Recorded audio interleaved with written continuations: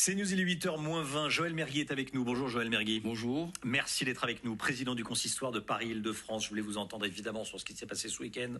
On a appris hier soir que le terroriste avait une hachette sur lui pour s'en prendre, j'allais dire, directement aux fidèles de la synagogue de la Grande Motte. C'est glaçant. Que ressentez-vous ce matin ?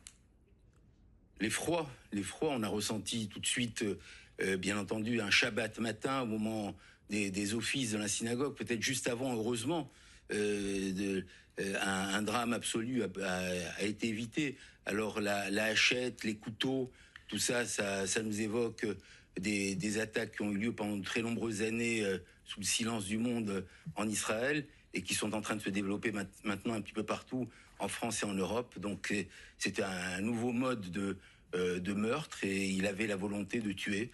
Et on a évité un drame absolu en France aujourd'hui à la Grande Motte. Et je pense que ça doit interroger l'ensemble de nos concitoyens sur ce qui se passe, notamment sur l'antisémitisme et l'antisionisme. Est-ce qu'un cran a été franchi ? Il y avait évidemment un véritable projet de tuer. Le grand rabbin de France dit ce matin, dans le Parisien, que l'antisémitisme d'ambiance est devenu un antisémitisme de fait, d'acte. Oui, on le voit depuis... Ça fait plusieurs années, mais depuis le 7 octobre, il est complètement décomplexé.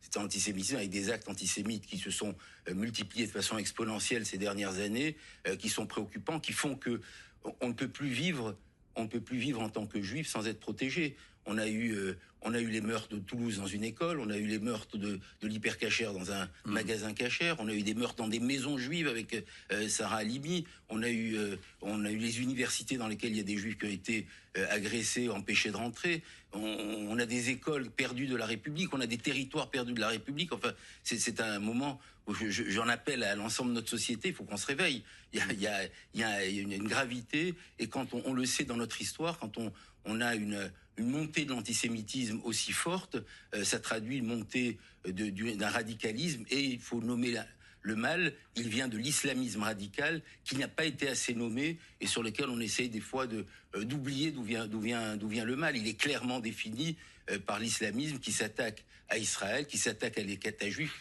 qui s'attaque aux juifs, qui s'attaque à l'humanité. Qu'est-ce qu'on peut dire du profil du terroriste ? Il est algérien, il a 33 ans, il est arrivé en France relativement récemment, en 2018. Il vivait, semble-t-il, il squattait un appartement dans un quartier de Nîmes, le quartier très défavorablement connu de Pisevin. Je ne vais pas commenter le profil, les profils se ressemblent. On a fait de la cause palestinienne une volonté de s'attaquer aux Juifs. Je crois que le fait qu'une partie de notre société, et notamment je veux dire la France insoumise, pour dire que des élus de la nation avec une écharpe tricolore aient pu ne pas condamner les actes terroristes du Hamas, dans lesquels il y a eu, je le rappelle, des viols d'enfants, des enfants brûlés, des personnes décapitées. Tout ça, ça n'a pas été condamné comme des actes terroristes et ça a été assimilé à une forme de résistance. Alors tous ceux qui s'assimilent à la cause palestinienne, ils se disent que c'est de la résistance de s'attaquer à des juifs. Eh ben, je pense qu'il faut aujourd'hui qu'on se penche clairement sur les responsabilités. Je ne parle pas que des coupables. Les coupables, ils doivent être... Mais il y a des responsables qui laissent passer des messages, qui arment les idéologies, et ces idéologies, on se retrouve avec des hachettes, avec des couteaux et avec des armes pour tuer des juifs. Alors depuis le début de la matinale, je pose cette question aux téléspectateurs de CNews. On va écouter leur réponse. Est-ce que la lutte contre l'antisémitisme doit être une priorité nationale ? Est-ce que la France lutte assez contre ce fléau ? On écoute les vidéos. Combien de temps allons-nous encore nous poser cette question ? Bien évidemment que la lutte contre l'antisémitisme doit être une lutte nationale, mais il y a normalement 20 ans que ça aurait dû être une cause nationale. Oui, faire quelque chose et que ça devienne national. Oui, bien sûr, il n'y a aucun problème. Il faut protéger les synagogues. Voilà, je pense que les Juifs, le monde des Juifs était très agressé aujourd'hui. Mais il ne faut pas oublier que la France aujourd'hui... elle n'est pas protégée du tout, quoi. À chaque coin de rue, il y a des agressions. Bien sûr, il faut en faire absolument une priorité nationale, puisqu'on ne parle plus d'actes, d'événements isolés, mais de beaucoup d'actions gravissimes qui ont tendance à prendre de plus en plus d'ampleur. Qu'est-ce qu'on peut faire de plus ? Je pense qu'il faut que ce soit une cause nationale, ça c'est clair, et ça fait des années que nous le réclamons.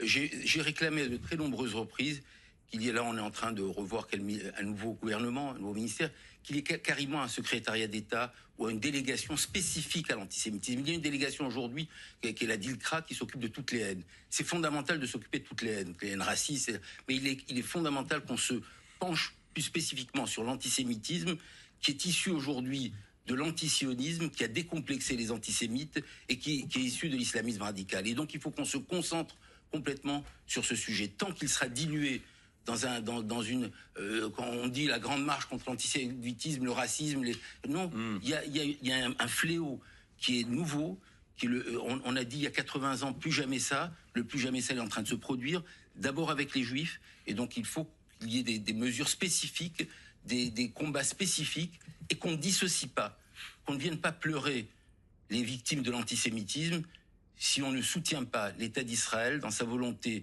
de combattre le fléau du Hamas et de façon générale de l'islamisme radical qui est en train de s'attaquer à l'État d'Israël, à l'État juif, mais aussi, on le sait dans notre histoire, à l'ensemble du monde démocratique et à l'humanité. C'est ce qui est en train de se produire. On le voit, tous les actes terroristes qui ont eu lieu en France, je parle du 14 juillet, je parle du Bataclan, ne sont pas que des actes contre des juifs, mais ils sont issus de la même idéologie islamiste radicale qui est en train de s'attaquer à l'ensemble de la nation. Donc on ne peut pas dissocier